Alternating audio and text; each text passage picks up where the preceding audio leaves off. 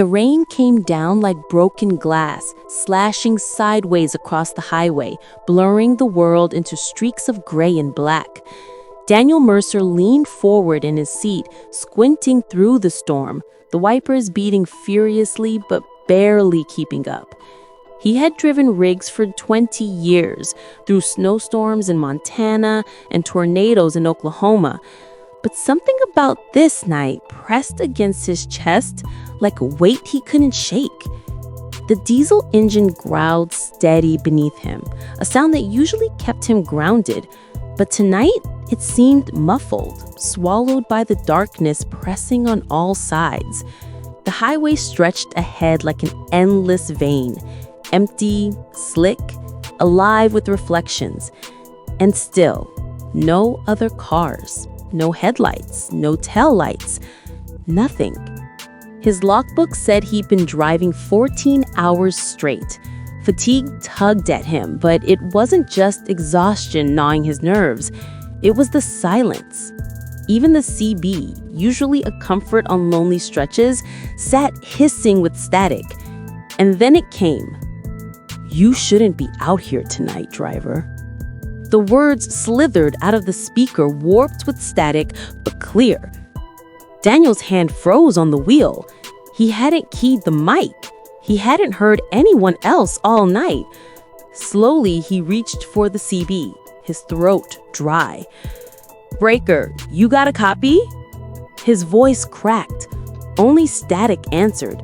Then the whisper again, sharper this time. "Mile marker 19.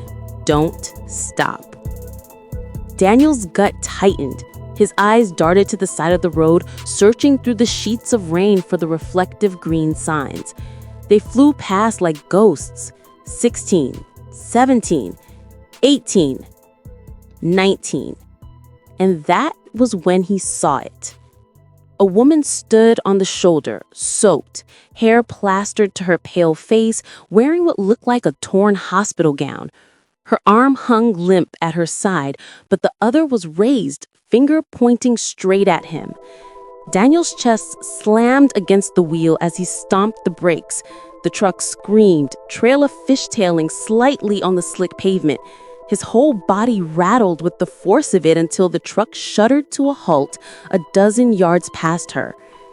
The woman didn't move, didn't flinch, just stood there in the glare of his taillights, still pointing. Heart pounding, Daniel reached for his door. But the CB crackled again. "Don't get out." The voice wasn't hers. Daniel froze, one hand on the latch, the other trembling against the wheel. He turned his head, but the road was empty behind him. The woman was gone, and in her place, the green mile marker glistened in the rain. 19.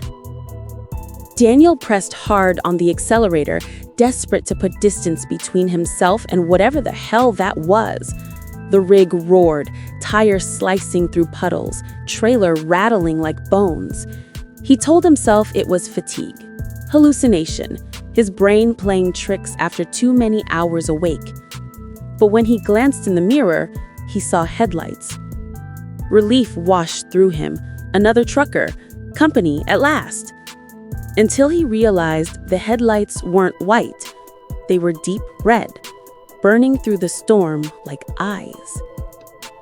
The truck behind him drew closer, impossibly fast on the slick highway. Daniel eased the throttle, giving it room to pass. Instead, it rammed him. The impact jolted the cab, teeth clacking, steering wheel wrenching from his grip. He fought to control the skid, cursing, sweat dripping into his eyes. He checked the mirror again, and his stomach flipped. The cab of the truck behind him was empty. No driver. Just a hulking machine barreling down on him, lights glowing like fire from hell. It rammed him again, metal screaming, his trailer lurching sideways. His whole rig groaned under the strain. He slammed the accelerator, engine howling, and for a breathless moment, the red glow vanished into the curtain of rain. Gone. No truck. but the dents in his trailer groaned with every sway, proof that it hadn't been a dream. And then he saw the next sign, mile 20. Hours blurred after that. The storm never broke. The highway stretched on without end. Daniel checked his clock, but it read the same time every glance, 2:19 a.m. The CB whispered things he tried not to hear.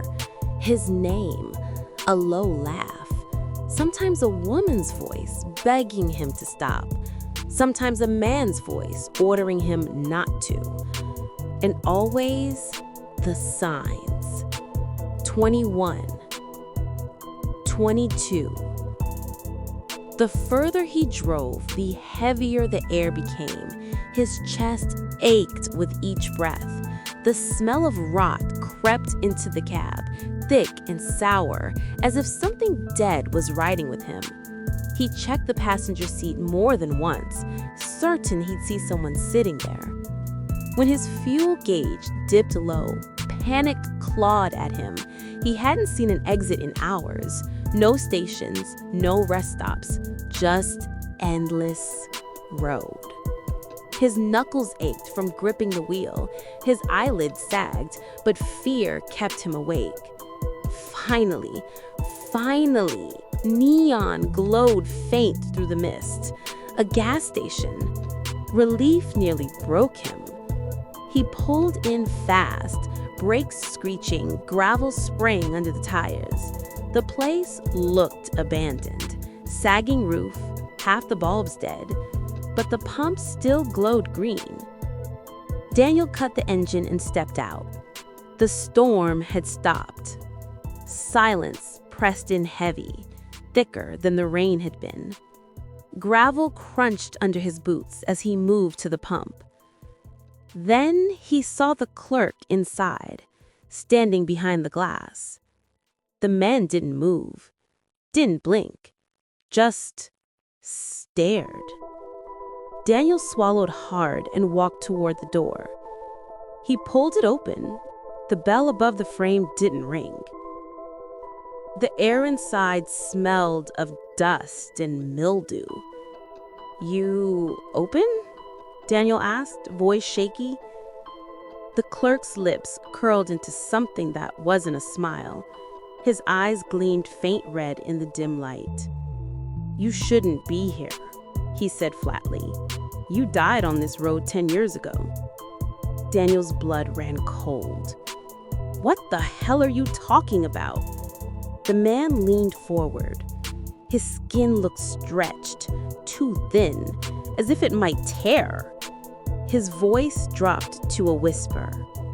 "You'll always come back. You'll never leave mile 19.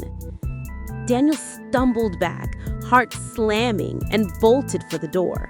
He scrambled into the cab, engine roaring alive like nothing had happened. The headlights cut the night, and he floored it back onto the highway, refusing to look in the mirror. But deep down, he knew he didn't need to. He was still there, and the road wasn't going to let him go.